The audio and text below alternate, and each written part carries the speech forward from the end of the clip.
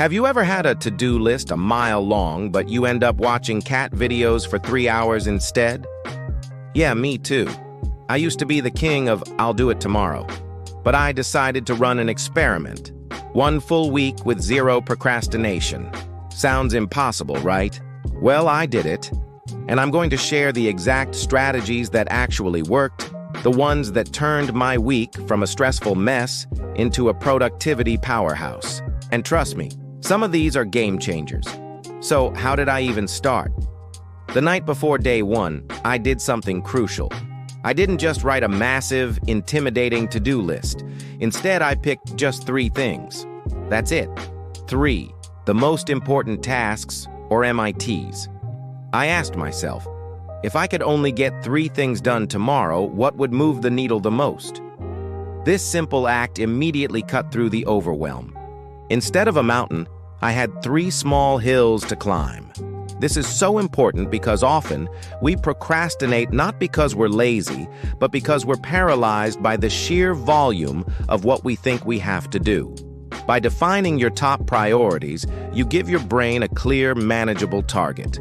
On day 1, I woke up and immediately faced my first temptation, my phone, checking emails, scrolling social media. It's the classic morning procrastination trap. So I implemented rule number 2, the first hour, power hour. For the first hour of my day, I was not allowed to look at my phone or open my email. Instead, I dedicated that time to my number 1 most important task. I put on some focus music, set a timer, and just started. The key here is to tackle your most dreaded or most important task first. Why? Because your willpower is at its peak in the morning. Mark Twain said it best, "Eat a live frog first thing in the morning and nothing worse will happen to you the rest of the day." My frog was drafting a difficult report. By 9 a.m., the hardest part of my day was already done. The sense of accomplishment was incredible, and it created a positive momentum that carried me through the rest of the day. Another huge helper was something I call the 5-minute rule.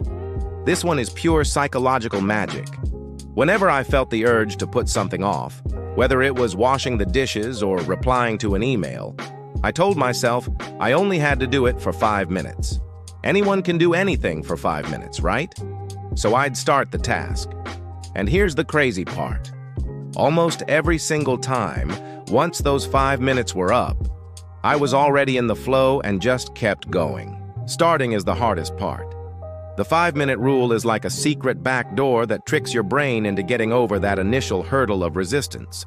This was a lifesaver for all those small, annoying tasks that tend to pile up and create a sense of background chaos.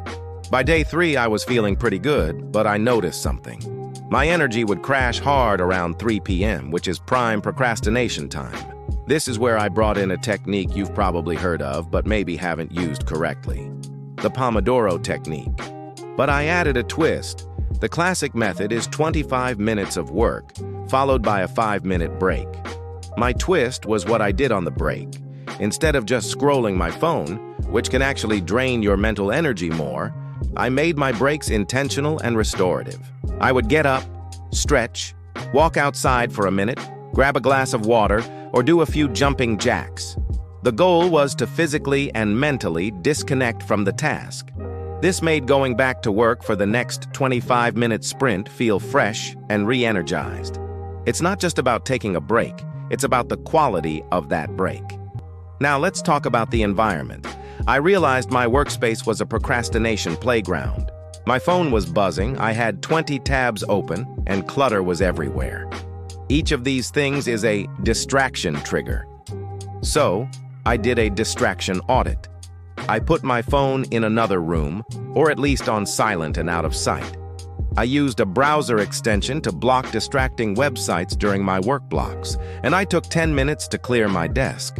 It sounds so simple, but creating a clean, focused environment sends a powerful signal to your brain. This is a place for work. You're removing the decision-making process of whether or not to get distracted because you've already removed the options. This single-tasking environment was crucial. Our brains are not designed to multitask effectively. We just switch between tasks very quickly. which burns mental energy and makes us more likely to give up and procrastinate. Around day 5, I hit a wall. I was tired, and the old habits were calling my name. I really wanted to just veg out and watch a series. This is where the most important lesson of the week kicked in: self-compassion and realistic rewards. I realized trying to be a productivity robot 100% of the time is the fastest way to burn out and fall back into old patterns. So, I built rewards into my day. After finishing my 3 MITs, I gave myself a guilt-free hour to do whatever I wanted. Watch that YouTube video, play a game, read a book for fun.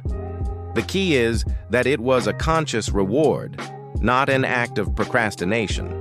Procrastination comes with a side of guilt and anxiety. A planned reward feels earned and rejuvenating. It's about working with your human nature, not against it. You're not a machine. You need rest and fun. Scheduling it in makes it part of the plan, not a deviation from it. By the end of the week, the results were astounding. Not only was my to-do list completely clear, but I felt less stressed and more in control than I had in ages. That nagging, low-level anxiety that comes from knowing you have things to do? It was gone. I had more free time because I was so efficient during my work periods. So, to recap the biggest game changers from my anti-procrastination week: first, the rule of 3. Pick only 3 most important tasks for the day. Second, the first hour power hour. Tackle your biggest task first thing in the morning before touching your phone. Third, the 5-minute rule. Just start any task you're dreading for 5 minutes. Fourth, take intentional, restorative breaks. Don't just scroll your phone. Fifth, create a distraction-free environment. And finally, reward yourself. Build in guilt-free breaks after you've completed your work. Procrastination isn't a character flaw, it's a habit. And like any habit, it can be changed with the right strategies. You don't have to be perfect overnight. Try incorporating just 1 or 2 of these techniques this week and see how it feels. Maybe start with the 5-minute rule, or try defining your 3 MITs tonight. Small wins build momentum. You have the power to take back control of your time and energy. Thanks so much for watching. If you found any of these tips helpful, please hit that like button and let me know in the comments which strategy you're going to try first. And don't forget to subscribe for more videos on living a more productive and intentional life. See you in the next one.